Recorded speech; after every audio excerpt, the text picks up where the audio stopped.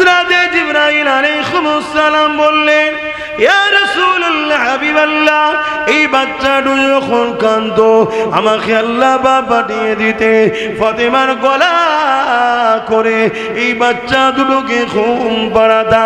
যে বাচ্চা দুটোর ঘুম পড়ানোর জন্যে আল্লাহ জিবরাইলকে নিযুক্ত করতে পারে, সেই বাচ্চা দুটোকে আল্লাহ কত ভালোবাসে ভেবে দেখো।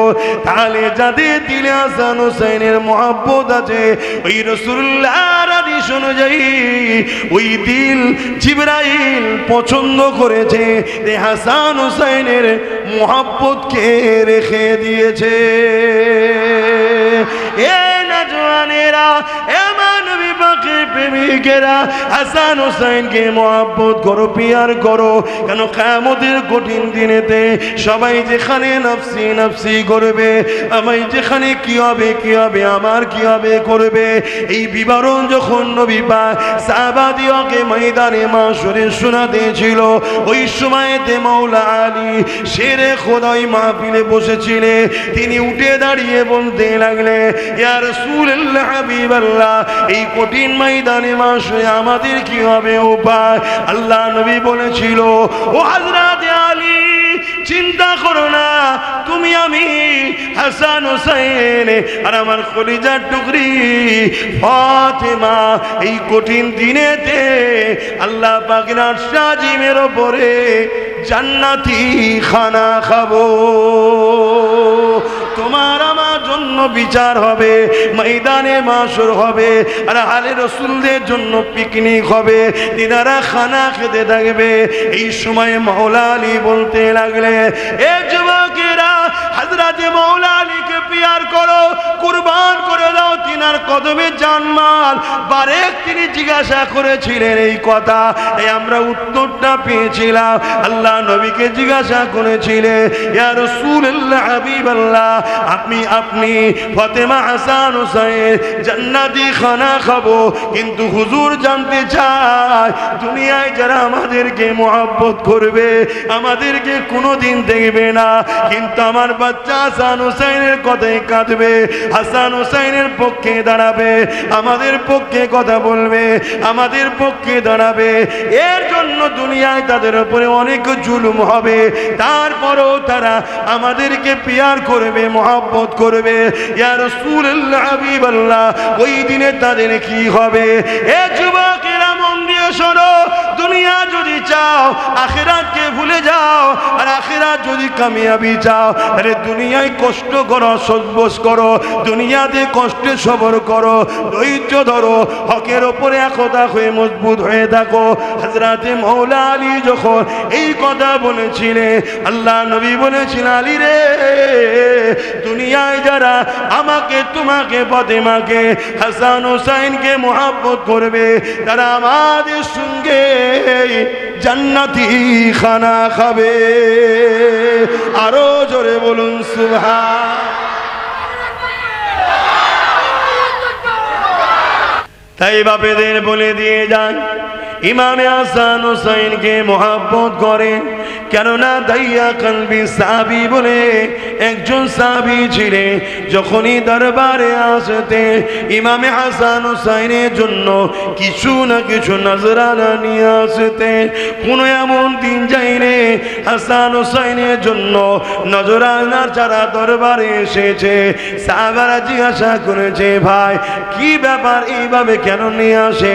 ওই সময় দাইয়া কলবি বলেছিলেন, আমি রাসূলুল্লাহকে খুশি করতে চাই, নবীকে খুশি করা, নবীকে পিয়ার করা, নবীকে আদব করা, এটা হলো ঈমান।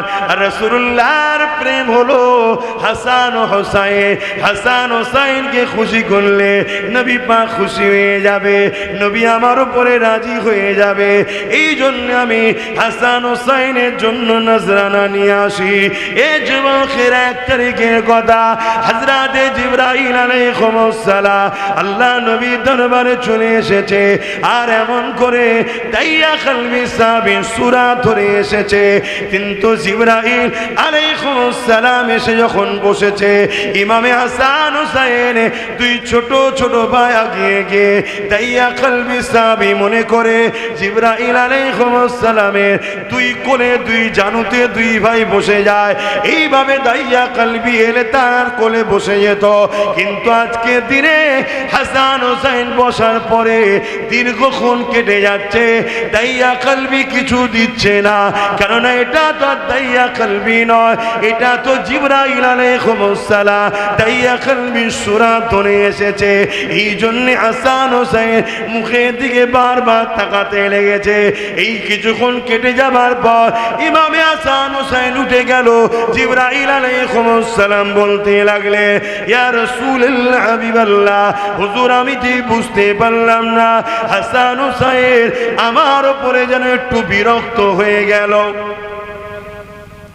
বারবার তাকাচ্ছিল মুখের দিকে তারপরে উঠে চলে গেল আল্লাহ নবী বলছো জিবরাইল তুমি তো সূরা ধরেছো দাইয়া কলবির যে সাহাবী প্রতিদিনে আমার বাচ্চার জন্য নজরানা লিয়ে আসে আমায় খুশি করবে বলে তাই তুই বাচ্চা যে কোলে বসে আর দাইয়া কলবি তাদের হাতে দেয় তা তুমি দিওনি তা ভাবছো আজকে দেয়নি কেন তো চলে গেছে জিবরাইল সাল্লাম বলতে লেগেছে ইয়া রাসূলুল্লাহ হাবিবাল্লাহ বিয়াদবি maaf করবে আমাকে একটু সুযোগ দেন বাচ্চা দুটোকে কিছু খেদমত করার সুযোগ দেন এই নওজোয়ান তরুণেরা আল্লাহ নবী বললেন জিবরাইল রে তুমি কিছু মনে করো না বাচ্চা দুটো তোমাকে জিবরাইল তো বুঝতে পারেনি ওই সময় হযরত জিবরাইল বলেছে ইয়া রাসূলুল্লাহ হাবিবাল্লাহ হুজুর বিয়াদবি নেবেন না আপনি জানেন কি জানি না হুজুর আপনাকে এই বাচ্চা আল্লাহ পাক এই বাচ্চা দুটোকে কত মহব্বত করে ইয়া রাসূলুল্লাহ হাবিবাল্লাহ যখন এই বাচ্চা দুটো গভীর রাত্রে কেঁদে ওঠে যে সময় খাতুনে জান্নাত তাহাজ্জুদের নামাজে দাঁড়িয়ে যায় এই যুবকেরা শুনে রেখে দেন আমার আল্লাহ হাসান হুসাইনকে কত ভালোবাসে তুমি নামাজ পড়তে পারো তুমি রোজা রাখতে পারো তুমি হজ করতে পারো অবশ্যই কোনো ভালো কাজ তখন ভালো হবে যখন আল্লাহর পেয়ারা বান্দাকে তুমিও ভালোবাসতে পারবে কিন্তু তুমি যদি নামাজ রোজা দাড়ি টুপি রেখে আল্লাহর পেয়ারাকে ভালোবাসতে যদি না পারো মনে রেখে দিও তুমি বরবাদ হয়ে যাবে কারণ ইবনে মাজাহ শরীফের হাদিসের মধ্যে রয়েছে যখন কোন বান্দাকে আল্লাহ ভালোবেসে না ওই সময় জিবরাইলকে ডেকে বলতে লাগে ও হযরতে জিবরাইল রে এই দিকে শোনো হযরতে জিবরাইল চলে আসে আল্লাহ পাক বলতে লাগে জিবরাইল অমুক এলাকার অমুক বান্দাটাকে আমি আল্লাহ তাকে ভালোবেসে নিয়েছি জিবরাইল শোনার পরে বলতে লাগে ও রব্বি আল্লাহ পাক আমার জন্য কি খবর রয়েছে আল্লাহ পাক বলতে লাগে জিবরাইল রে আমি যাকে ভালোবেসেছি তুমিও তাকে ভালোবেসে না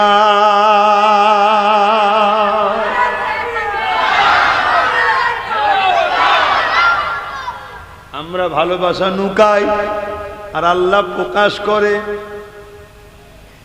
জিবরাইল চলে যেতে লেগেছে আল্লাহ পাক আবার ডাক দেন জিবরাইল এদিকে আসো যাও মিকাইলকে ইসরাফিলকে আজরাইলকে জানিয়ে দাও আমি যাকে ভালোবেসেছি তারাও যেন তাকে ভালোবেসে না তাহলে আমি বলতে পারি হাসান হুসাইনকে আল্লাহ ভালোবেসেছে এ জিবরাইল ইসরাফিল মিকাইল ইসরাইলকে যে জানিয়ে দাও হাসান হুসাইনকে তারাও যেন ভালোবেসে না জিবরাইল সাল্লাম চলে গেলেন যে জানালেন আল্লাহ আবার ডাক দিয়েছে জিবরাইল তার এদিকে আসো আবার এসে হাজির হয়েছে আল্লাহ পাক কি হুকুম আছে? জিবরাইল রে, পুরো আসমানে যত ফেরেশতা আছে সবাইকে যে জানিয়ে দাও আল্লাহ হাসান হোসাইনকে ভালোবাসে, সবাই যেন ভালোবাসে। জোরে বলুন সুবহানাল্লাহ।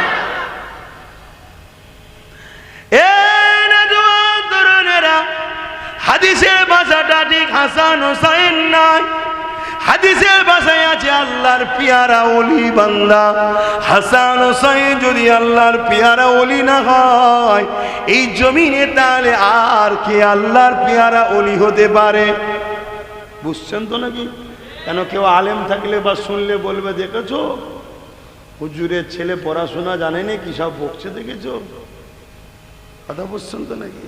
হ্যাঁ, তোমরা তো শুধু একটা জিনিসই বুঝে থাকো, এই জন্যই তো মরেছে সমাজ, এত ফিতনা কেন?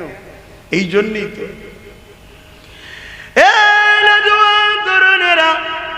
আল্লাহ নবী সাহাবাদেরকে বলে, ওই সময় জিবরাইল আলাইহিস সালামকে আল্লাহ পাক আবার ডাক দিয়ে বলবে, ও জিবরাইল জমিনে চলে যাও, জমিনে যত আমার ফেরেশতা রয়েছে বিভিন্ন কাজে নিযুক্ত রয়েছে সমস্ত ফেরেশতাদেরকে যে জানিয়ে দাও আমি আল্লাহ আমার মাহবুব বান্দা অমুককে আমি ভালোবাসি, আমি অমুককে প্যার করেছি। আমার আল্লাহ পাক সেই মাহবুব বান্দার মেসেজটা প্রতিটা ওই ফেরেশতাকে জানিয়ে দাও, তারা যেন মহব্বত করে নেয় গো। এ যুবকেরা, তরুণেরা, বাপেরা, এই কথা বলে আল্লাহ শান্ত হয়নি। এবারে তোমার আমার জন্য পয়গাম রয়েছে, এবারে তোমার আমার জন্য মেসেজ রয়েছে, এবারে তোমার আমার জন্য খুশির খবর রয়েছে। এই জন্যই তো আব্বাস সিদ্দিকী বড় আনন্দ থাকে, হ্যাঁ একদিন না একদিন জান্নাত যাওয়া যাবে আশা রেখে আছি, কেননা হাদিসের মেসেজ দিতে লেগেছে। এই সময় আল্লাহ বলতে লাগে, এ জিবরাইল দুনিয়া জমিনে চলে যাও, আর একটা ফেরেশতাদের টিম নিয়ে যাও। আল্লাহ যে কি করব, দুনিয়ার জমিনে আমার বান্দা বান্দীদের অন্তরগুলোকে টেস্ট করো, পরীক্ষা করো। কি করব আল্লাহ? টেস্ট পরীক্ষা করে যে অন্তরগুলো দেখবে পাক পবিত্র রয়েছে, ওই অন্তরে আমি যাকে ভালোবাসি তার প্রেমটাকে ভরিয়ে দাও। এখানে আমার বলতে কোনো বাধা নাই, পৃথিবীর কোন মুফতি মাওলানা যদি চ্যালেঞ্জে আসতে চাও আমি রাজি আছি, এখানে কোনো বলতে বাধা নেই।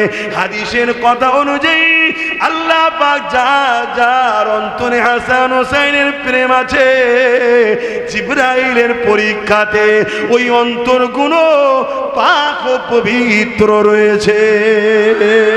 আরো জোরে বলুন, আরো জোরে বলুন সুবহান। নারে দিবে, নারে দিবে ইমামে হাসান হোসেন, ইমামে হাসান হোসেন, ইমামে হাসান হোসেন। আমরা এজিদের দিকে না, যার দিলে এজিদের প্রেম আছে তার মানে আল্লাহ এবং ফেরেশতাদের কাতারে ওই দিল হলো নাপাক অপবিত্র। হতে পারে সে হাজি, হতে পারে সে নামাজি, হতে পারে সে বড় স্কলার, বড় মুফতি। কি হয়েছে? ইবলিসের থেকে বড় নয় তো। এই ইবলিস বড় শিক্ষিত ছিল, জানেন তো জানেন না? ইবলিস জমিন আসমানের এমন কোন জায়গায় নেই যে সেজদা দিয়েছে। এই যে আমরা সব বলতে সব ইবলিসের সেজদা দিয়ে আছে, শুনছেন? তা কি হয়েছে? তো কি হয়েছে? ইবলিস এলে কি গলায় ফুলের মালা দেবেন নাকি? হ্যাঁ, জুতোর মালা দেবো শয়তানকে। কেন? ও শয়তান আল্লাহর ঘোষিত বেঈমান কাফের হয়ে গেছে, তাই তো নাকি? কেন কাফের হলো? অহংকার করে আদম নবীকে সম্মান করলেন। শুধু অহংকার নয়, অহংকার তো আমাদেরও অনেকে করে। কাফের বলে নাকি আল্লাহ? কাফের বলেছে নাকি অহংকারীকে? না, কবিরা গুনাহগার বলেছে, বরবাদ হয়ে যাবে বলেছে। কিন্তু ইবলিস অহংকার করে আদম নবীকে সম্মান তাজিম করেনি।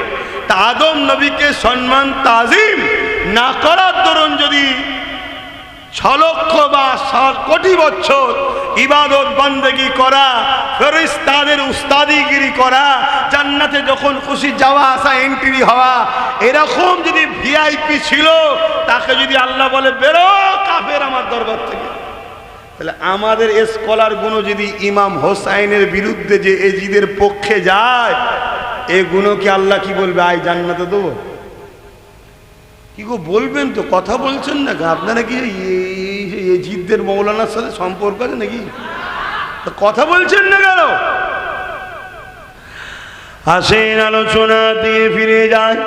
আমার ইমাম পাককে আল্লাহ পাক কি শান কি মর্যাদা দিয়েছেন।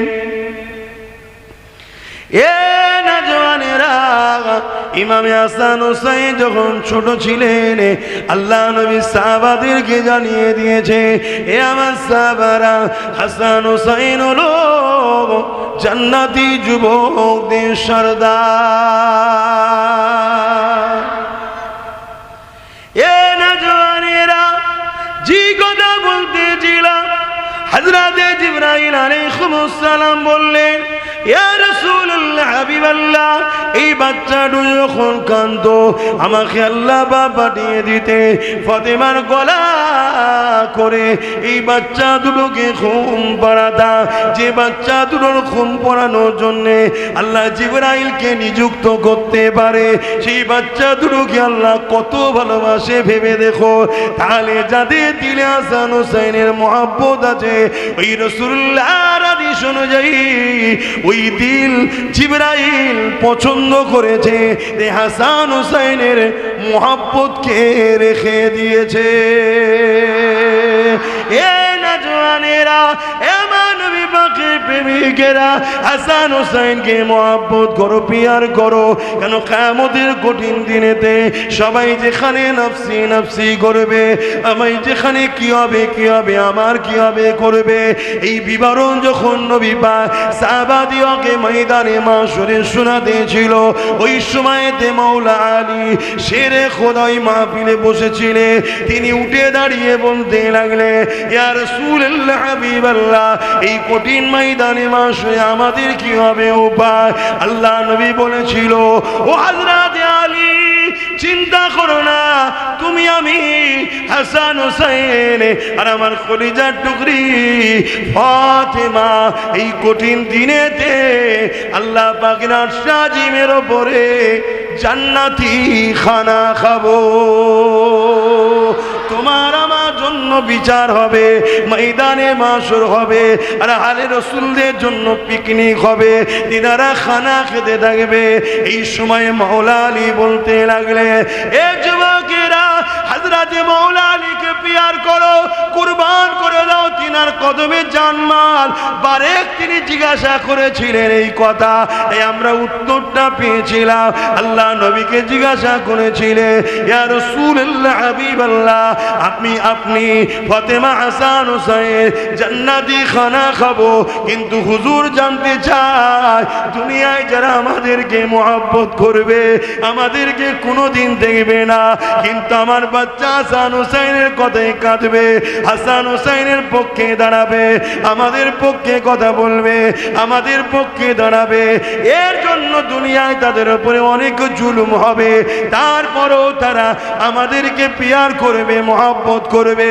ইয়া রাসূলুল্লাহ, হাবিবাল্লাহ, ওই দিনে তাদের কি হবে? এ যুবকেরা, মন দিয়ে শোনো, দুনিয়া যদি চাও আখিরাতকে ভুলে যাও, আর আখিরাত যদি কামিয়াবি চাও, আরে দুনিয়ায় কষ্ট করো, সহ্য করো, দুনিয়াতে কষ্টে সবর করো, ধৈর্য ধরো, হকের উপরে একতা হয়ে মজবুত হয়ে থাকো। হযরতে মাওলা আলী যখন এই কথা বলেছিলেন, আল্লাহ নবী বলেছিলেন, আলী রে, দুনিয়ায় যারা আমাকে, তোমাকে, ফাতেমাকে, হাসান হোসেনকে মহব্বত করবে, তারা আমাদের সঙ্গে জান্নাতি খানা খাবে। আরো জোরে বলুন সুবহান।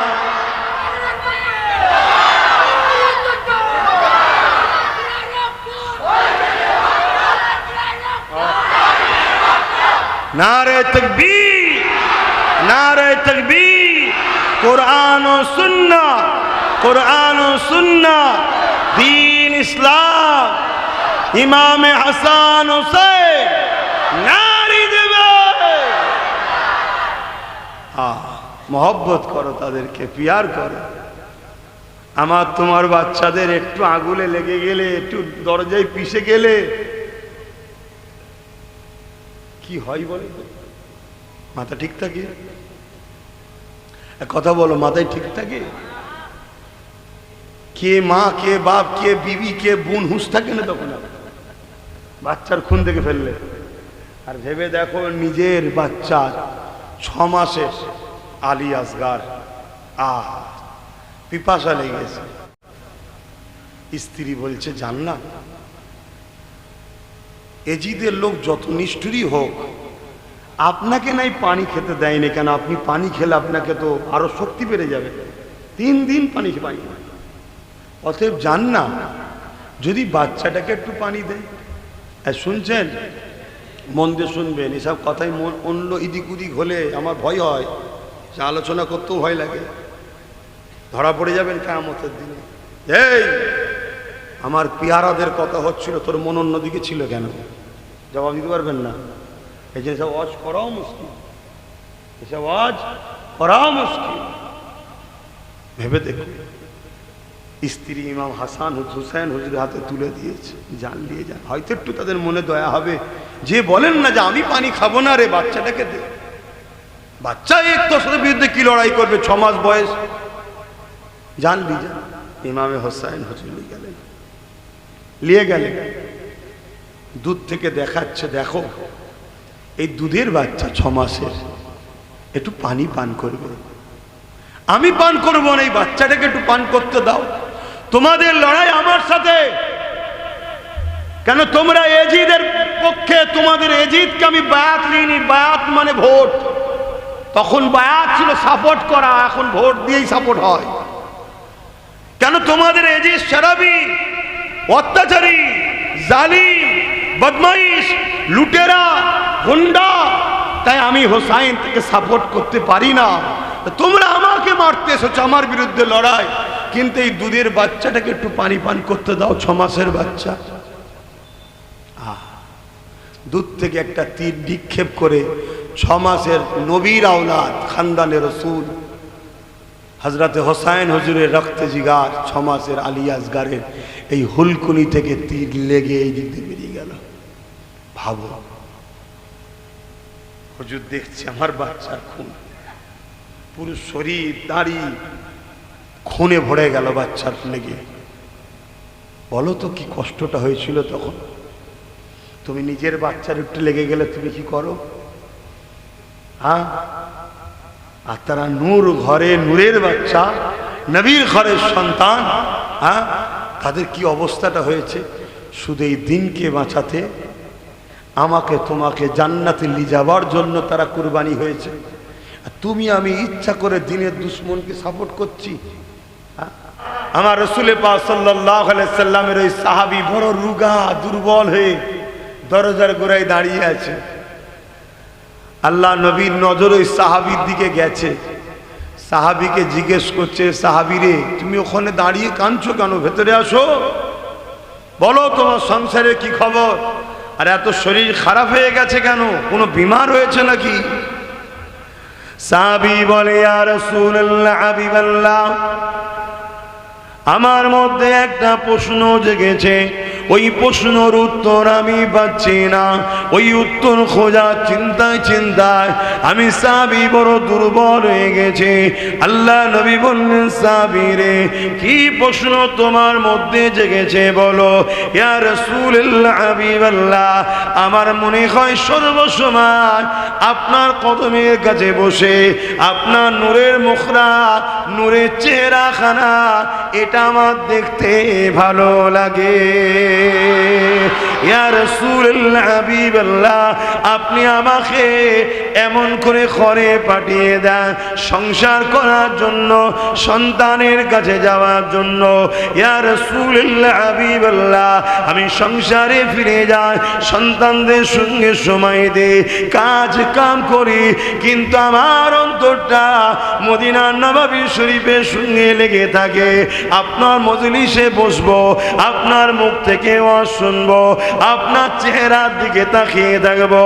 ইয়া রাসূলুল্লাহ হাবিবাল্লাহ, এটা আমার দিলের মধ্যে সর্বসময় থাকে।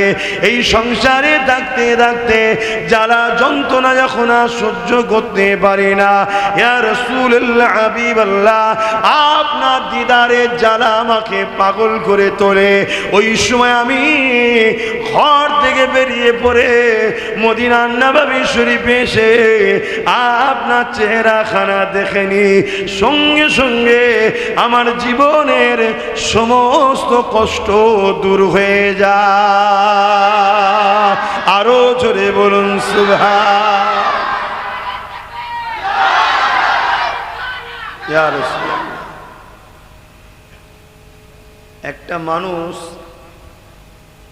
একটা মানুষের জন্য সব থেকে, আমাদের লাইফে সব থেকে বড় কষ্ট হলো মায়েদের যখন সন্তান হয়। এটা জানেন তো নাকি? এরকম কষ্ট দুনিয়ার কোনো মানুষের নেই। মানে পাহাড় তার উপরে চাপিয়ে দেওয়া হয়, এত কষ্ট হয়।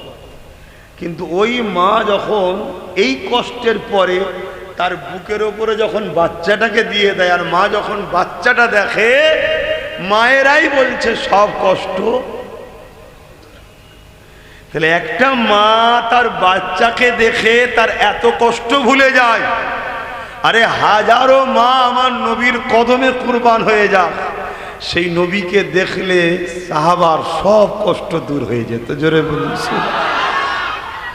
হাজারো নয়, পৃথিবীর প্রত্যেকটা মুমিন মুমিনাদের মায়ের আর রসুলের কদমে যদি কুরবান হয়ে যায়, আমরা কোনো মায়ের সন্তান মায়ের দিকে তাকাবো না, আমরা মাকে রসুলের কদমে কুরবান হওয়াটাকে গর্ব খুশির নজরে লোব। জোরে বলুন সুবহানাল্লাহ। কারণ ওই মা তো নসিবওয়ালা, যে মা মুস্তাফা জানে রহমতের দিনের জন্য বা হুজুরের কদমে নিজেকে কুরবান করতে পারবে।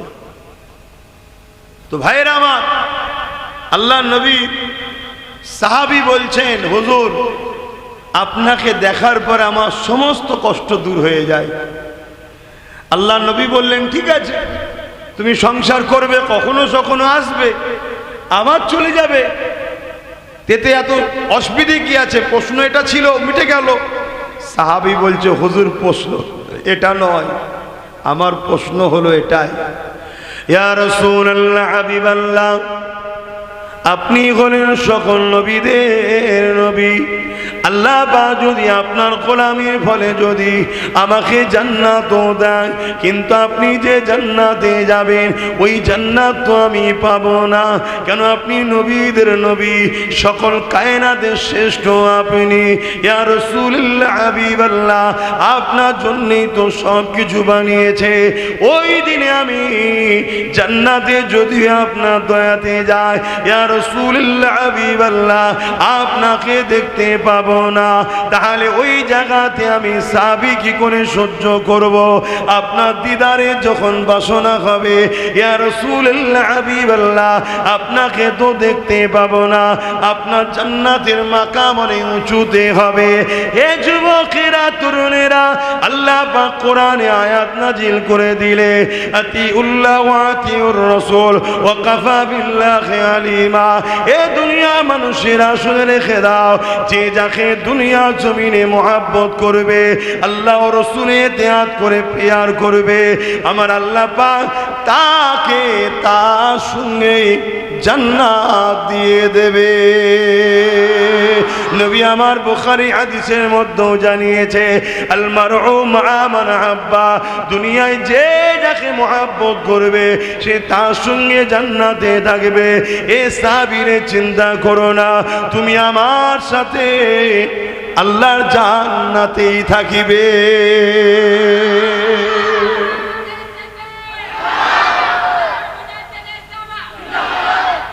তাহলে জান্নাতীকে ভালোবাসলে জান্নাতে তার সাথে থাকবে, আর জাহান্নামীকে ভালোবাসলে একটু বলবেন তো, একটু বুঝে বুঝে কাজ করা দরকার আছে না? না, হ্যাঁ, একটু বুঝতে কাজ করতে হবে। কেন? আমাদের চলার পথ ভুল হয়ে যাচ্ছে, আমাদের জীবনের স্টাইল ভুল হচ্ছে। মনে রাখবেন, আমরা হোসাইন হুজুরকে ভালোবাসি, ইনশাআল্লাহ হুজুরের ওসিলায় হুজুরের কাতারেই আমরা দাঁড়াবো, হুজুরের সাথেই জান্নাত যাব। জোরে বলুন সুবহানাল্লাহ।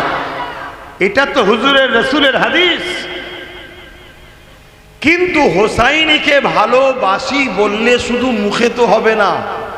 ইমাম হোসাইন পাক কে ছিলেন? জালিম ছিলেন? একটু আওয়াজ দেবেন। তাহলে আমরা কি জালিম হতে পারবো? ইমাম হোসাইন পাক কি লুটেরা ছিলেন? আমরা কি হতে পারবো? ইমাম হোসাইন পাক কি চুরি করতেন, খুন করতেন, মিথ্যা বলতেন, অত্যাচার করতেন, শরাব পান করতেন, নাউজুবিল্লাহ বদমাইশি করতেন? তাহলে এগুলো তো আমাদের দ্বারা হওয়া সম্ভব, জোরে বলুন না। এগুলো তো এজিদের কাজ ছিল। তাহলে আমরা মুখে বলছি হোসাইনি, আর বাস্তব কাজ। আর যে মানুষের মুখের সঙ্গে কাজের মিল খায় না তাকে আরবিতে কি বলে? এটা বলবেন তো? মুনাফিক। আর মুনাফিকের ঠিকানা কোথায়? সব থেকে কঠিন জাহান্নাম। শুধু জাহান্নাম না, সব থেকে কঠিন জাহান্নাম। আসুন আল্লাহ পাকের কাছে আমরা তওবা করি, পরিবর্তন হবার জন্য চেষ্টা করি। কেননা দুদিনে দুনিয়ার মায়াজালে জড়িয়ে আখিরাতকে ভুলে গেলে চলবে না। এ যুবকের এখানে দুটো কথা হলো। একটা কথা হলো নবী পাককে যে মহব্বত করেন নবীর সঙ্গে জান্নাতে যাবে, এবং নবী পাক জানিয়ে দিলে যে যাকে মহব্বত করে তার সঙ্গে জান্নাতে যাবে। এ আমরা যদি সত্যি ইমামে হুসাইন হুজুরকে মহব্বত করে, তাহলে হুজুর যেটা পছন্দ করতে ওটা যেন আমাদের আখলাকে থাকে। হুজুর দান খায়রাত করা পছন্দ করতে, আমাদেরকেও দান খায়রাত করতে হবে। এই সংক্ষেপ বিষয়ে একটা কথা বলি শোনে। এ নওজওয়ানেরা, আল্লাহ নবীর কলিজার টুকরি খাতুনে জান্নাত ফাতেমা তাজহারা রাদিয়াল্লাহু তাআলা আনহা যখন ইমামে হাসান হুসাইন দুই ভাই ছোট ছিলেন, তিনারা যখন বিমারে পড়ে গেলে, ইমামে হাসান হুসাইন অসুস্থ হয়ে গেলে, খাতুনে জান্নাত নিয়ত করলে, ও রব্বি আল্লাহ, আমার বাচ্চা দুটো অসুস্থ হয়েছে, সুস্থ হয়ে গেলে আমি আপনার খুশির জন্যে 3টে মান্নত করছি, রোজা রাখবো। আপনারাও কোনো সমস্যায় পড়লে, সে অসুস্থ হোক, কারবার হোক, বিপদে পড়ে গেলে হোক, এমন বিপদে পড়েছেন ঘরের চতুর্দিকে আপনাকে ঘিরে ফেলেছে, মেরে ফেলবে, ওই ঘরের মধ্যে বসে আপনি নিয়ত করুন, মালিক আমার যদি জানটা আপনি বক্স দেন, যদি আপনি বাঁচিয়ে দেন, আমি আপনার খুশির জন্য 5টা রোজা রাখবো, কি 10টা রোজা রাখবো, কি এই করব, দুটো গরিবের বিয়ে দেবো। আল্লাহর কাছে নিয়ত করুন, দেখবেন আপনি ভাবতে পারবেন না কোন স্টাইলে, কিভাবে যে আপনার দুশ্মনকে ওখান থেকে আল্লাহ সরিয়ে দেবে। সব থেকে উত্তম কৌশল তিনি ভালো জানেন। বলুন সুবহানাল্লাহ। যা সেই আলোচনার দিকে আবার ফিরে যায়। আল্লাহ নবী বলে দিলেন, নবীকে জানের থেকে বেশি ভালোবাসা হলো ঈমান। অপর দিকে নবী পাক বলে দিলেন, হাসান হোসেনকে যে ভালোবাসলো সে আমি নবী আমাকে ভালোবাসলো, যে আমাকে ভালোবাসলো আল্লাহ পাক তাদেরকে ভালোবাসবে। আল্লাহ নবী তার পাশাপাশি বললেন, যে হাসান হোসেনের সঙ্গে দুশ্মনী করলো সে আমি রাসূলুল্লাহ আমার সঙ্গে দুশ্মনী করলো, যে আমার সঙ্গে দুশ্মনী করলো আল্লাহ পাকের রহমত তাদের দিক থেকে মুখ ফিরিয়ে নেবে, আল্লাহ পাকের আযাব তাদের উপরে হবে। তাই বলে দিয়ে যায়, নবীকে মহব্বত করার নাম হলো ঈমান। হাসান হোসেনকে মহব্বত যে করে সে হলো নবীকে মহব্বত করে, আর যে নবীকে মহব্বত করে আল্লাহ তাকে ভালোবাসে। আর যে হাসান হোসেনের সঙ্গে দুশ্মনী করে সে নবীর সঙ্গে দুশ্মনী করে। তাই হাসান হোসেন ঈমানের সাথে, কারণ হাসান হোসেনের মহব্বতটাই নবীর মহব্বত, আর নবীর মহব্বত কি আল্লাহ ঈমান বলে দিয়েছে।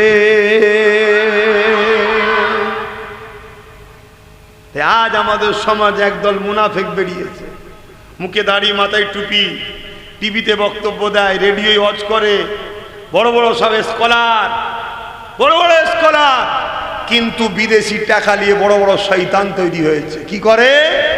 এজিদের সাফাই গায়, এজিদের সাফাই গায়, এজিদকে বাঁচাতে চায়। এজিদ নাকি ইমাম হোসাইনকে মারার হুকুম দেয় না, শুনছেন তো নাকি?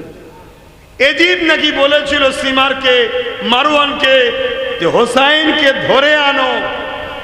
এজিদের এই ক্ষমতাটা কে দিল? হোসাইনকে ধরে আনা বলার ক্ষমতাটা কে দিল? শুনছেন তো? এ নওজওয়ানেরা, কেন এই কথা বলে যাচ্ছি? দাড়িতে মুসলমান, টুপিতে মুসলমান, এই মুসলমান হক হতে পারে, ধোকাও খেয়ে যেতে পারেন, কিন্তু নবীর প্রেম যদি থাকে, আলে রসুলদের প্রেম যদি থাকে, এই মুসলমানের কাছে আপনি নিরাপদে থাকবেন। কেননা দাড়িতে টুপিতে বড় বড় মৌলানা সেজে, স্কলার সেজে এজিদকে বাঁচাবার চেষ্টা করছে, এজিদের নামে মাদ্রাসা পর্যন্ত বানাচ্ছে, এজিদকে রহমাতুল্লাহ আলাইহি বলতে লেগেছে।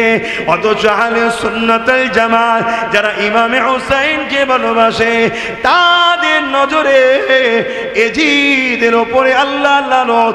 এজিদ হলো জাহান্নামের একটা কুকুর। কারণ এজিদ আল্লাহ নবীর নওয়াসার সঙ্গে বিয়াদবি করেছে। শুধু বিয়াদবি করেছে তা নয়, আল্লাহ নবীর শহর মদিনা নববী শরীফের ওপরে এজিদ বিয়াদবিও করেছে। ইতিহাস গাওয়া দিতে লেগেছে। এজিদ এমন করে 10,000 সৈন্যকে মদিনার জমিনে পাঠিয়েছিল, পাঠিয়ে বলেছিল তোমাদের জন্য মদিনাকে 3 দিন হালাল করে দিলাম। ইতিহাস সাক্ষী দিচ্ছে ওই এজিদের সৈন্যগণ মদিনার জমিনে এসে সাহাবা হুজুরদের পরিবারদের উপরে নানানভাবে অত্যাচার করেছে। যাদের পায়ের পাতা পর্যন্ত কখনো কেউ দেখেনি, তাদেরকে বেপর্দা করেছে, বেউজ্জতি করেছে। এ যুবকেরা, তরুণেরা, এমনকি আমার নবীর প্রিয় নববী শরীফ, ওই মদিনা নববী শরীফের মসজিদের ভেতরে এজিদের এই 10,000 বাহিনী উট দুম্বা বেঁধে, খচ্চর গাদা ঘোড়া বেঁধে, তার মধ্যে পিশাব পায়খানা করিয়ে 3 দিন নামাজ কামল আজানকে বন্ধ করে দিয়েছে। অতএব লানাতুল্লাহ, আল্লাহর লানত এজিদের ওপরে। এই এজিদকে যারা বাঁচাতে চাইবে তারা হলো মুনাফিক, বেঈমান, কোনো সন্দেহ নাই। ঠিক তো নাকি গো? তাই একটু সতর্ক করাচ্ছি। কেন? ঈমান যতদিন আছে আমাদেরকে মিটাতে চাইলো আমরা মুচকে যেতে পারি, ভেঙে কিন্তু যাব না। শুনছেন তো নাকি? ঈমান আমাদের পাওয়া।